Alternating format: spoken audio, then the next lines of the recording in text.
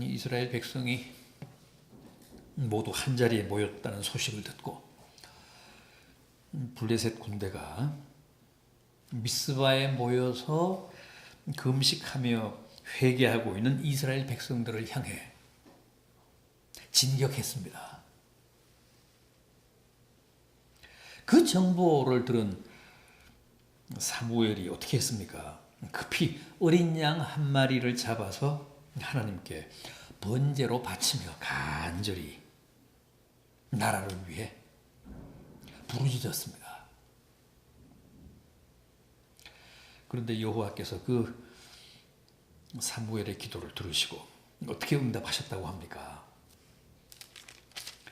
지난주에 본 7장 10절을 보십시오. 7장 10절 말씀. 사무엘이 번제를 드릴 때에 블레셋 사람이 이스라엘과 싸우려고 가까이 오매 그날에 여호와께서 블레셋 사람에게 큰 우레를 발하여 그들을 어지럽게 하시니 그들이 이스라엘 앞에 패한지라. 완패했습니다. 이스라엘에게 블레셋 군대가. 이어지는 11절 말씀도 보십시오. 이스라엘 사람들이 미스바에서 나가서 블레셋 사람들을 추격하여 벳갈 아래에 이르기까지 쳤더라. 13절도 보십시오. 7장 13절 이하도 보십시오. 이에 블레셋 사람들이 굴복하여 다시는 이스라엘 지역 안에 들어오지 못하였으며 여호와의 손이 사무엘이 사는 날 동안에 블레셋 사람을 막으심에 블레셋 사람들이 이스라엘에게서 빼앗았던 성읍이 에그론부터 가드까지 이스라엘에게 회복되니 이스라엘이 그 사방 지역을 블레셋 사람들의 손에서 도로 찾았고 또 이스라엘과 아모리 사람 사이에 평화가 있었더라. 이렇게 해서 이스라엘이 블레셋을 제압하면서 이스라엘의 태평성대가 옵니다. 사무엘이 사는 날 동안은 외적의 침입이 없었다고 합니다. 블레셋도 아모리 사람도 감히 이스라엘을 넘보지 못했다고 합니다. 그래서 15절 이하 마지막 17절까지 보십시오. 7장 15절 이하 마지막 17절까지 사무엘이 사는 날 동안에 이스라엘을 다스렸으되 해마다 베델과 길갈과 미스바로 순회하여 그 모든 곳에서 이스라엘을 다스렸고 라마에 돌아왔으니 이는 거기에 자기 집이 있음이니라. 거기서도 이스라엘을 다스렸으며 또 거기에 여호와를 위하여 제단을 쌓았더라.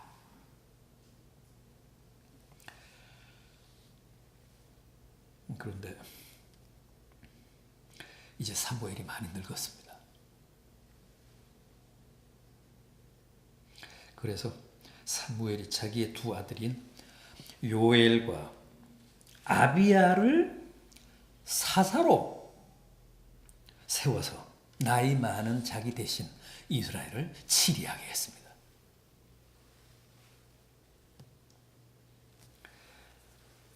그런데 이 사무엘 8장 오늘 본문은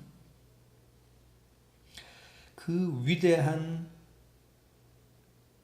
사무엘 선지자의 두 아들도 아버지와는 같지 않았다고 합니다.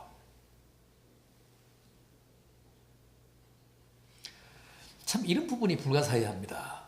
아버지가 위대하면 당연히 그 자식도 훌륭한 게 우리의 상식인데 정말 사무엘은 대단한 사람이었잖아요. 젖대자마자 성전에서 평생을 산 사람 아닙니까? 그런데 그 아들은 둘 다 아비 같지 않았다는 거예요. 3절을 보십시오. 그의 아들들이 자기 아버지의 행위를 따르지 아니하고 이걸 따라 뇌물을 받고 판결을 했다. 판결을 굽게 했다.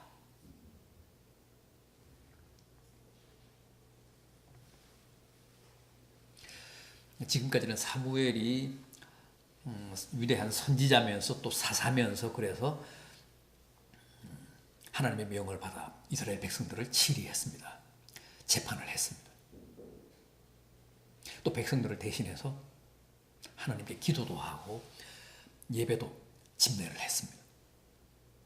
사실상 이스라엘의 이제 최고 지도자로 이스라엘을 다스렸는데 나이가 많으니까 두 아들을 사사로 세워서 내 대신 너희가 백성들을 잘 살피고 또 백성들을 위해 재판을 해라. 그런데 아비의 행위나 아비의 가르침을 따르지 않고 이익을 따랐다는 거예요. 사사로운 이익을 따라서 뇌물을 받고 재판을 엉터리로 했다는 거죠. 그러니까 억울한 백성이 많이 발생을 했습니다.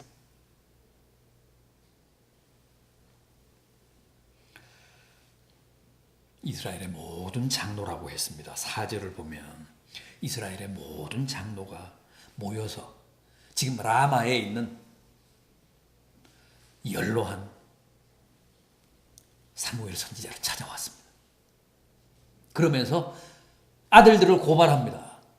당신은 위대한데, 당신은 훌륭한 우리의 지도자인데, 하나님의 종이신데 당신의 두 아들은 그렇지 못합니다.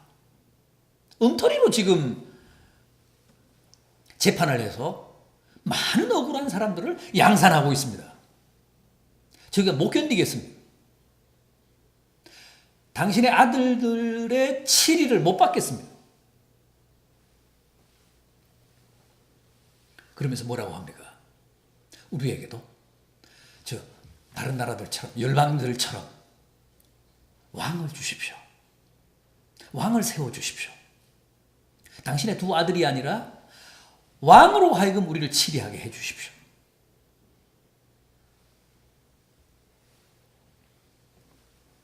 지금까지는 소위 신정이었잖아요. 하나님이 직접 이스라엘 백성들을 다스렸습니다. 하나님이 사사나 선지자를 통해 직접 이스라엘 백성들을 통치하셨습니다. 그게 이제 소위 신정입니다. 가나안에 들어간 지 지금 300년이 넘었습니다. 지난 300년 동안 신정이 이루어졌습니다. 하나님이 그때그때 필요한 종을 세워서 그 종을 통해 이스라엘 백성들을 간섭하시고 정치하셨습니다. 통치하셨습니다. 그걸 신정이라고 합니다. 사사시대가 신정시대였습니다. 그게 약 300년 동안 계속됐습니다. 이제는 왕정제도로 우리를 다스려 주십시오. 우리에게도 왕을 주십시오. 사람이 우리를 다스리게 해 주십시오.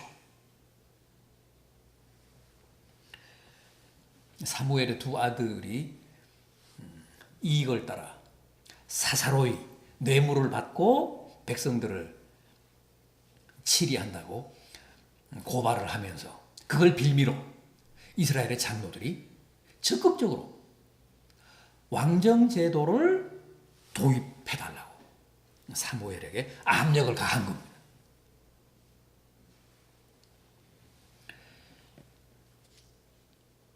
사무엘은 당연히 원치 않았죠. 너희가 어찌 사람의 지배를 받으려고 하느냐? 하나님의 백성인데, 하나님의 백성이면 하나님의 통치를 받아야지. 하나님의 지배를 받아야지.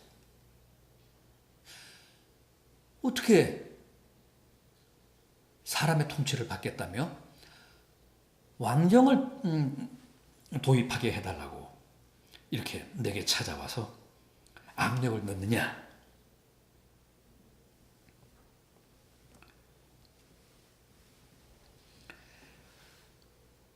4절 이하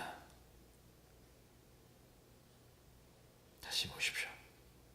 이스라엘의 모든 장로가 모여 라마에 있는 사무엘에게 나아가서 그에게 이르되 보소서 당신은 늙고 당신 아들들은 당신의 행위를 따르지 아니하니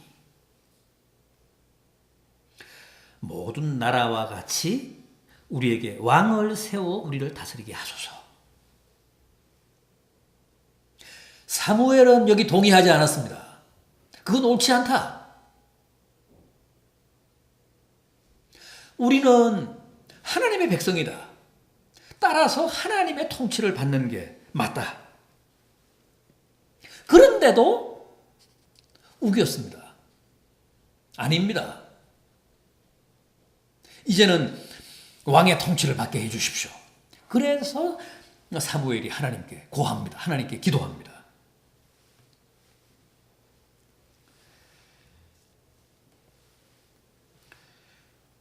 하나님이 뭐라고 하십니까?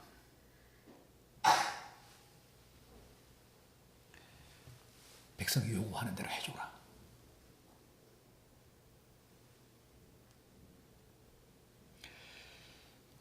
그리고 더 이상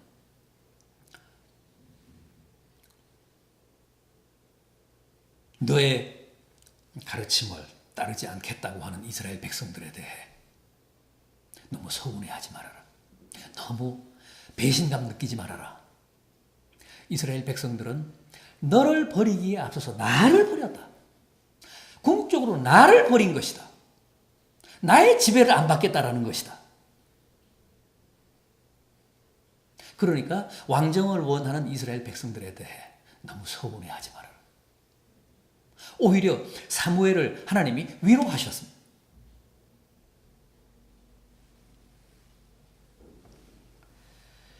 여러분, 우리가 주기도문 외일 때도 아버지의 나라가 오게 하시며 그러잖아요. 아버지의 나라, 하나님의 나라. 우리의 소원은 하나님의 나라입니다. 주님도 이 땅에 오셔서 3년간 공생의 사역을 통해 오로지 하나님의 나라를 외치셨잖아요. 성경이 말씀하는 그 하나님의 나라, 주기도문이 말씀하는 그 하나님의 나라는 어떤 나라입니까?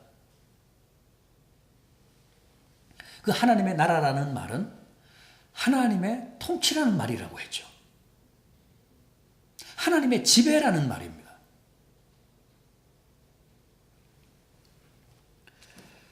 여러분, 우리는 어느 나라에서 어떤 권력의 지배를 받으며 살든 하나님의 통치하에서 살아야 합니다.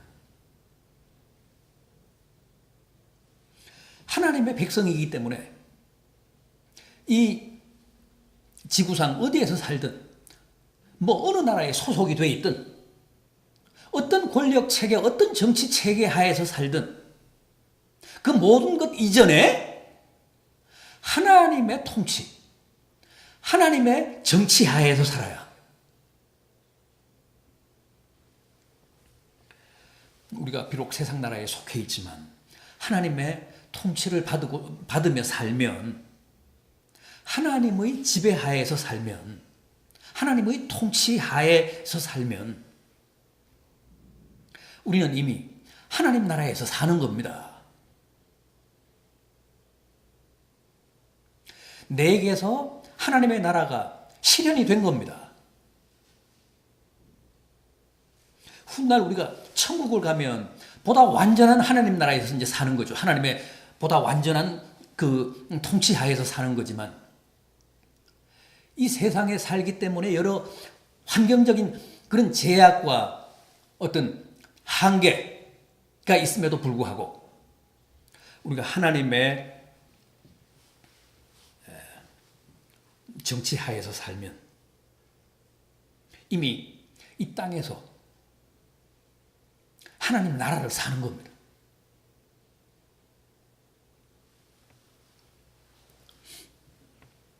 물리적인 세상 나라의 어떤 체제 이전에 영적으로 우리가 하나님의 지배를 받으며 하나님의 뜻에 순종하며 살면 내 안에 하나님의 나라가 실현된 겁니다.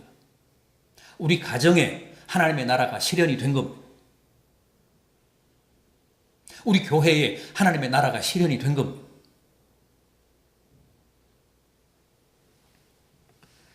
이 하나님의 나라의 그 연장선상에 저 천국이 있습니다. 이미 우리가 이 땅에서 하나님 나라를 살아야, 하나님의 충실한 지배하에서 살아야 죽어서도 천국 갑니다. 보다 완전하고도 완벽한 하나님의 나라로 이행하게 됩니다. 이행.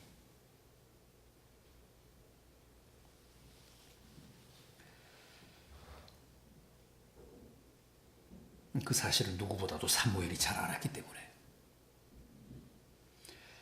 사무엘을 찾아와서 왕정을 원했을 때 사무엘이 극구 반대한 것.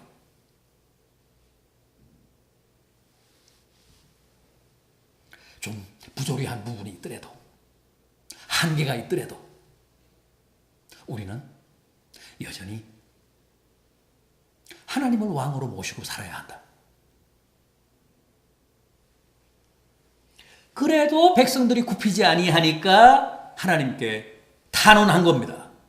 그러자 하나님이 괜찮다. 백성들이 해달라는 대로 해줘라. 너가 반대한다고 뭐 순순히 너의 뜻을 따를 사람들이 아니다. 너무 섭섭해하지 말아라. 너무 배신감에 몸을 떨지 말아라.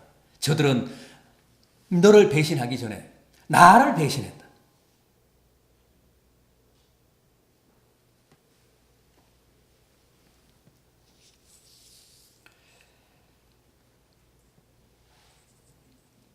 하나님이 많이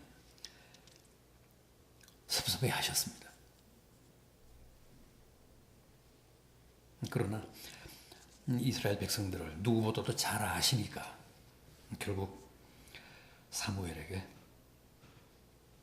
이스라엘 백성들로 하여금 왕정하에서 살게 하라고 하셨습니다. 다만 왕정이 이스라엘 백성들에게 가져다 줄 여러 가지 폐해를 경고해라.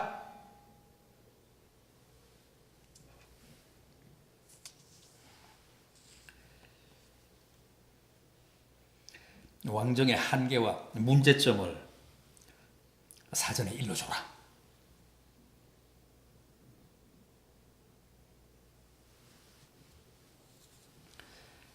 우리가 함께 본 본문 11절 이하를 보십시오. 이르되 너희를 다스릴 왕의 제도는 이러하니라. 그가 너희 아들들을 데려다가 그의 병거와 말을 어거하게 하리니 그들이 그 병거 앞에서 달릴 것이며 그가 또 너희의 아들들을 1000부장과 50부장을 삼을 것이며 자기 밭을 갈게 하고 자기 추수를 하게 할 것이며 자기 무기와 병거의 장비도 만들게 할 것이며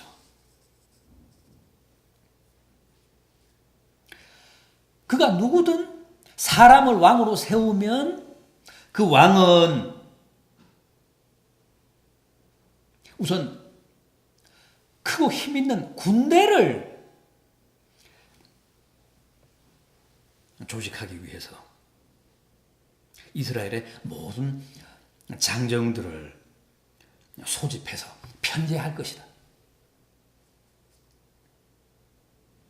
그리고 나라와 왕을 지키는 일에 복무하게 할 것이다. 많은 군비를 제작하게 할 것이다. 또 그걸 관리하게 할 것이다. 또 장정들만이 아니라 인력이 많이 필요하니까 딸들까지도 데려다가 종부리듯 할 것이다. 또 백성들의 밭과 포도원, 감람원에서 나는 제일 좋은 열매들을 징발해 갈 것이다. 또 세금을 걷어갈 것이다. 툭하면 사람들을 동원해서 부역을 시킬 것이다. 그러면서 노동력을 착취할 것이다. 그래서 결국은 너희가 원해서 세운 왕으로 말미암아 신음하며 하나님께 부르짖게 될 것이다. 그러나 뭐라고 하셨습니까? 그런 너희의 탄원을 나 여호와가 응답하지 않을 것이다.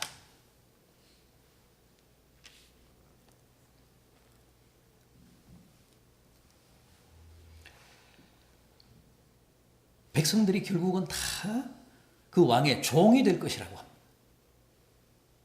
하나님은 이미 이 권력의 생리를 잘 아시기 때문에 앞으로 일어날 일을 훤히 다 보고 계십니다.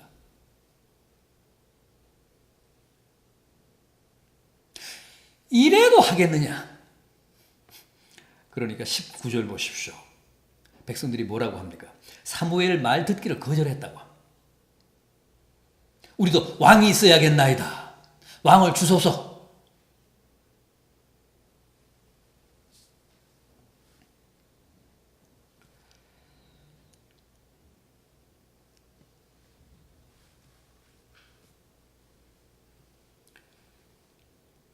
결국 하나님이 사무엘에게 이렇게 말씀하십니다. 8장 마지막 절인 22절. 그들의 말을 들어 왕을 세우라.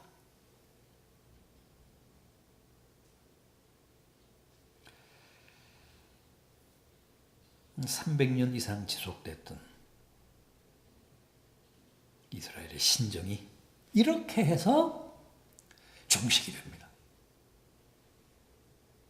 그리고 사울을 이스라엘의 초대왕으로 세우는 왕정시대가 개막이 됩니다. 그러면서 파란만장한 이스라엘의 역사가 이어집니다.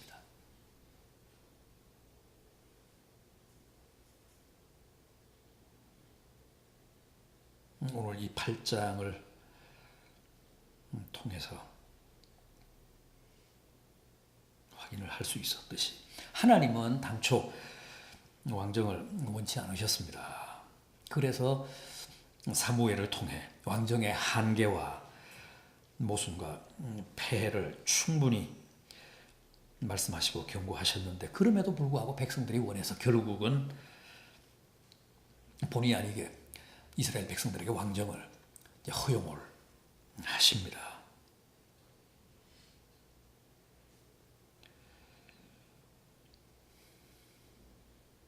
하나님의 백성이 하나님의 통치를 안 받고 인간인 왕의 통치를 받겠다며 이렇게 자진해서 나섰다는 자체가 참 너무나도 안타깝고 한심한 일입니다. 아까도 말씀을 드렸듯이 우리는 하나님 나라에서 살아야 합니다. 언제 어디서나 하나님의 통치 하에서 살아야 합니다. 하나님의 지배를 받으며 살아야 합니다. 세상 권력이 우리를 지배하고 있지만 그 이전에 우리는 늘 하나님의 율례와 법도를 지키며 하나님 나라에서 살아야 합니다. 그 사람이 가장 복된 성도고 가장 아름다운 하나님의 백성입니다. 엄밀하게 얘기하면 신정을 거부하면서부터 이스라엘의 비극은 시작이 됐습니다.